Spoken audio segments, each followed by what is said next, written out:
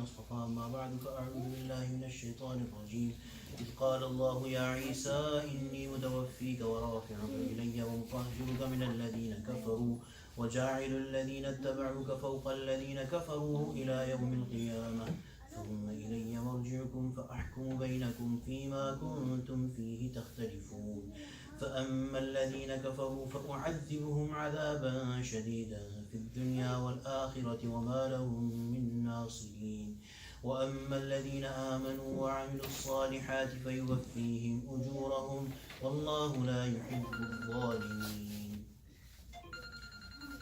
صدق الله ذلك نتلوه عليك من الآيات والذكر الحكيم صدق الله العظيم وبلغنا رسوله النبي الكريم ونحن على ذلك من الشاهدين والشاكرين والحمد لله رب العالمين.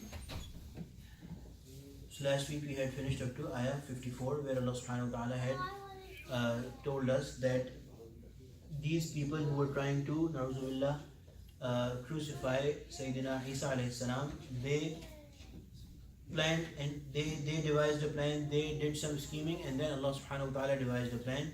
Wallahu khairul makirin, and Allah subhanahu wa ta'ala is the best of those who devise a plan. Now here Allah subhanahu wa ta'ala is in the next ayah, in ayah 55, Allah subhanahu wa ta'ala is making 5 promises to Sayyidina Isa alayhi salam and telling the reality of what really happened. إِذْ قَالَ اللَّهُ, when Allah subhanahu wa ta'ala said to Ya Isa, O Isa, إِنِّي مُتَوَفِّيكَ وَرَافِعُكَ إِلَيَّ وَمُطَهِّرُكَ مِنَ الَّذِي. So let's do the first 2 words. إِنِّي مُتَوَفِّيكَ وَرَافِعُكَ. O Isa, I am going to take you in full, مُتَوَفِّيكَ وَرَافِعُكَ, and raise you إِلَيَّ, towards myself. So here mutawaffika, tawaffa, ifa, wafat, these are the words that we may be familiar with in our own language as well. But when these words are used in Arabic, they have a very different meaning. Tawaffa or wuffiyat or waffa, they basically mean to take something in full. Kinayatan, or as a hint, they are sometimes used, the Quran has used that as well, in terms of death. Mutawaffika, Allah subhanahu wa ta'ala is going to take you in full. So what does that mean? That Allah subhanahu wa ta'ala is going to return you to Himself fully, completely. Some people have made the mistake of saying that here Allah subhanahu wa ta'ala is saying Himself, Mutawaffika, promising Sayyidina Isa alayhi salam that I will give you wafat. And they take the literal meaning of wafat in Urdu that we use, that wafat means death. It should be kept in mind that wuffiyat is for taking in full, completely taking. So wafat would be taking in full. And Abdullah ibn Abbas has explained this ayah in further detail, and he has said that mutawaffika can actually mean wafat in terms of death here, but this is referring to the death of Sayyidina Isa alayhi salam after he returns to this world to fight Dajjal, and then when his time completes, then he will finally die in natural death. So the promise of Allah subhanahu wa ta'ala here, the first 2 promises, mutawaffika wa rafi'uka. Allah subhanahu wa ta'ala is take you back in full, wa rafi'uka ilayya, and raise you towards Him. Abdullah ibn Abbas has also explained this ayah in a way that this is Allah subhanahu wa ta'ala is saying something which is mutawaffika, that is going to happen after. وَرَافِعُكَ إِلَيْهِ, which is going to happen right now. وَرَافِعُكَ إِلَيْهِ, Allah subhanahu wa ta'ala is going to raise you or elevate you or raise you towards myself. وَرَافِعُكَ إِلَيْهِ. And mutawaffika refers to his death, natural death that is going to happen after he returns. Why? What is the reason why Allah subhanahu wa ta'ala said mutawaffika first and وَرَافِعُكَ إِلَيَّ later? Although chronologically these things happen, with mutawaffika or wafat happened later, is going to happen later on, and rafi'uka ilayya is going to happen right now. Hazrat al-Fasir have explained that very beautifully Allah subhanahu wa ta'ala has negated the claims of both the Jews and the Nasara in this ayah. How? Both these people said that, and this is the basic difference in terms of Sayyidina Isa alayhi salam and the Muslims, between the Jews and the Muslims and the Christians, that both the Jews and the Christians, we said it last week, that they believe that Isa alayhi salam, na'uzu billah, actually died. Jewish people say that he was not a Nabi, he was not a pious person, he was na'uzu billah, awaladul haram, na'uzu billah. He was born in an illegal manner, because he was born, this is what the Jewish people say, that he was born without a father. So they used that opportunity to, na'uzubillah, accuse him of being someone of a corrupt lineage. That his mother, na'uzubillah, Sayyidah Maryam alayhi salam, she committed a crime, and as a result of that crime, na'uzubillah, Sayyidina Isa alayhi salam was born. So this is the belief of the Jewish people. And that is why they did not agree that he was a prophet, they did not agree that he was a pious person. So that is one aspect, one side of the gradient. The other side of the gradient is that the Christians, they believed so much and so highly in his piety that not only that they call him a prophet, but they also started claiming that he is a Nabi. He's a God himself. Now, when Allah subhanahu wa ta'ala had Allah subhanahu wa ta'ala only said, وَرَافِعُكَ إِلَيْهِ, you will be raised, or I will raise you towards myself. The Christians would have got the chance to say that the Father raised his Son towards him, and would have said that somebody who's free of death is further proof that he is a God. So here, that is why Allah subhanahu wa ta'ala gave importance to his wafat first, but this means that he will be given wafat. One translation, according to most mufassirin, is that wafat does not even mean death here. It means taking him back in full. The most mufassirin, although, say that mufassirin say that this is the narration of Abdullah ibn Abbas, that he said mutawaffika would mean death, but this refers to the explanation that is quoted from him. So why am I saying this in detail? Because there is some scholars in present day who na'uzubillah call themselves Muslim, and then from this ayah they want to derive that na'uzubillah Allah subhanahu wa ta'ala has himself said that Isa alayhi salam got wafat then. The clarification, when you are saying, even when you are using this word wafat to mean death, following in the footsteps and the call or the saying of Sayyidina Abdullah ibn Abbas radiallahu anh, then you also have to see that with those same asanid, with those same sources, these words have been copied from him, that he said, وَرَافِعُكَ ثُمَّ مُتَوَفِّيكَ إِلَيْهِ ثُمَّ وَرَافِعُكَ إِلَيْهِ ثُمَّ مُتَوَفِّيكَ إِلَى يَوْمِ الْآخِرِ, in the later day. So he has himself explained that Allah subhanahu wa ta'ala is first going to elevate him towards himself, and then give him natural death. When is that natural death going to happen? When he's going to come back in the later day. The third promise is وَمُطَهِّرُكَ مِنَ الَّذِينَ كَفَرُوا. So what were the people who did kufr at that time? The Jewish people who did not believe in Sayyidina Isa alayhi salam being any pious person. So Allah subhanahu wa ta'ala is saying, وَمُطَهِّرُكَ, I will cleanse you of those who disbelieve. What does that mean? That I will cleanse you of all the false accusations that they have raised against you. And how did Allah subhanahu wa ta'ala fulfill that promise? He sent the Prophet Sayyidina Muhammad sallallahu alayhi wasallam, and in his teachings, the book that was given to him, that is given to him, the Quran, Allah subhanahu wa ta'ala is clarifying it right here, that he was of a pure descent, he was a Nabi. And so this ayah, this part negates the Jewish people and then the Christians as well. Now pay very close attention to what Allah subhanahu wa ta'ala says next. وَجَاعِلُ الَّذِينَ اتَّبَعُوكَ فَوْقَ الَّذِينَ كَفَرُوا إِلَى يَوْمِ الْقِيَامَةِ. When we know for sure clearly that Allah subhanahu wa ta'ala, in this ayah, when Allah subhanahu wa ta'ala is saying the people who did kufr, Allah subhanahu wa ta'ala is referring to the Jews. وَجَاعِلُ الَّذِينَ اتَّبَعُوكَ, the translation would be,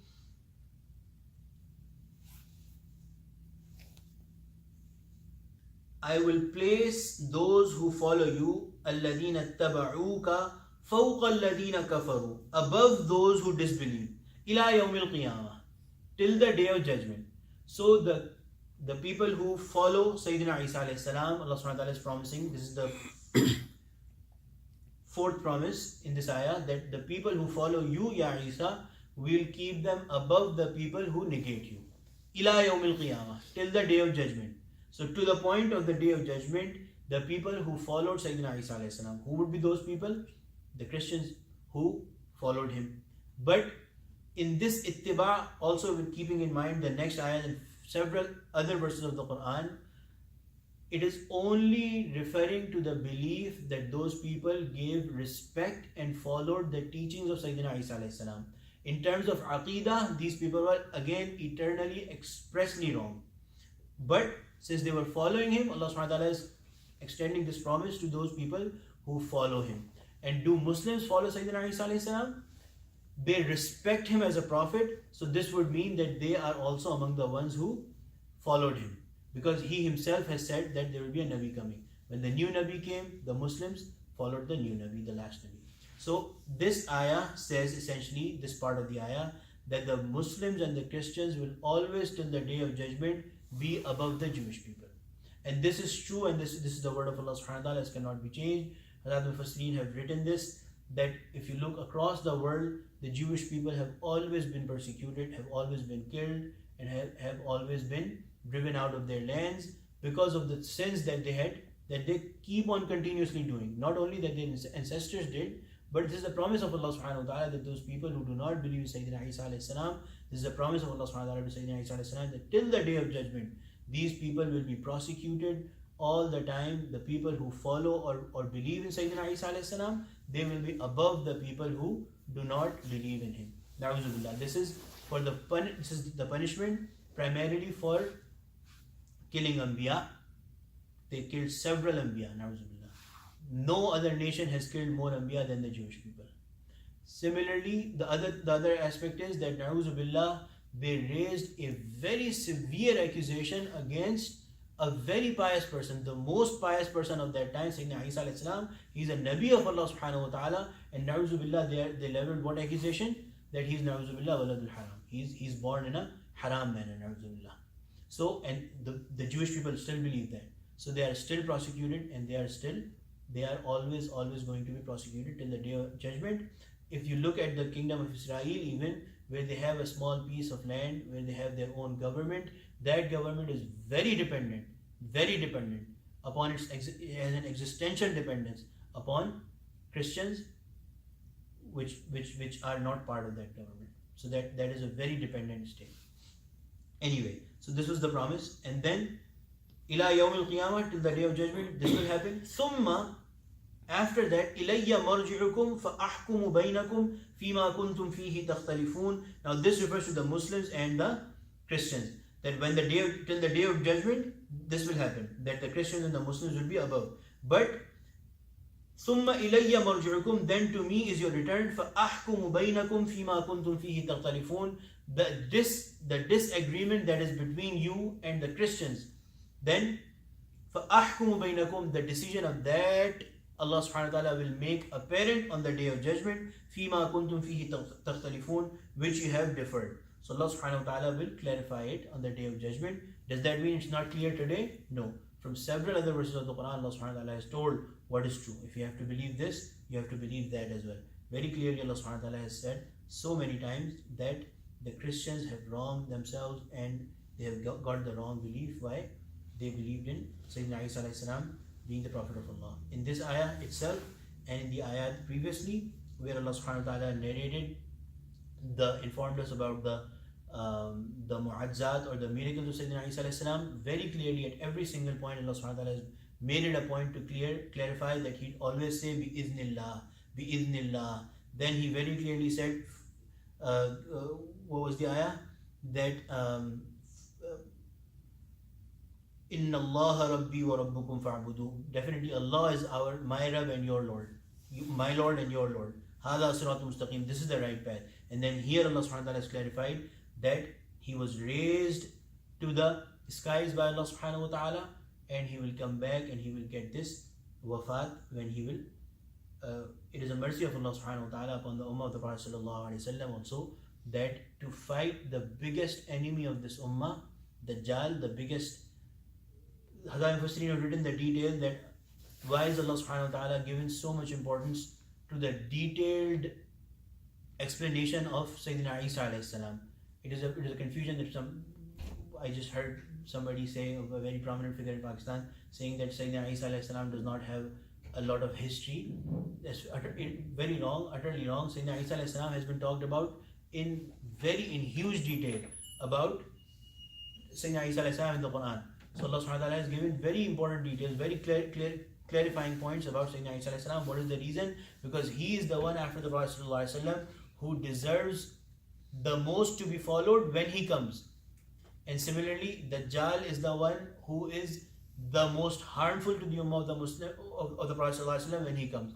So Allah subhanahu wa ta'ala in the Quran and the words of the Prophet ﷺ has made it a point that these two people have been given a lot of details, and it is a mercy of Allah subhanahu wa ta'ala that to fight and fend off Dajjal, Sayyidina Isa alayhi salam will come back, and his purpose of coming primarily will be to save and rid the ummah of the fitan of Dajjal.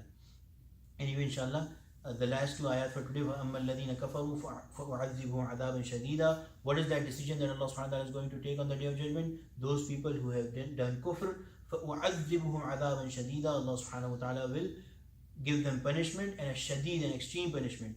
فِي الدُّنْيَا وَالْآخِرَةِ. These people, they will have this punishment, they will be punished in this world and in the akhirah. وَمَا لَهُم مِّن نَاصِرِينَ. And for them, there are no helpers. وَأَمَّا الَّذِينَ آمَنُوا وَعَمِلُوا الصَّالِحَاتِ فَيُوَفِّيهِمْ أُجُورَهُم. Again, that same word, wafat. As for those who believe and do good deeds, He, Allah, will give them in full, give their reward in full. أُجُورَهُم فَيُوَفِّيهِمْ أُجُورَهُم. Allah subhanahu wa ta'ala will fully give their ajr. وَاللَّهُ لَا يُحِبُّ الظَّالِمِينَ. And Allah subhanahu wa ta'ala does not like the transgressors. ذَلِكَ نَتْلُوهُ عَلَيْكَ مِنَ الْآيَاتِ وَالذِّكْرِ الْحَكِيمِ. This we recite to you of the verses and the message that is full of wisdom. Alhamdulillahi Rabbil Alameen. Salatu wassalamu ala sayyidil mursaleen. Rabbana zalamna anfusana wa illam taghfir lana wa tarhamna lanakunanna minal khasirin. Rabbi ighfir warhamna anta khairur rahimin. Sami'na wa ata'na ghufranaka rabbana wa ilayka al-masir. Sallallahu ta'ala ala khayri khalqih sayyidina wa nabiyina Muhammad wa ala alihi wa sahbihi ajma'in.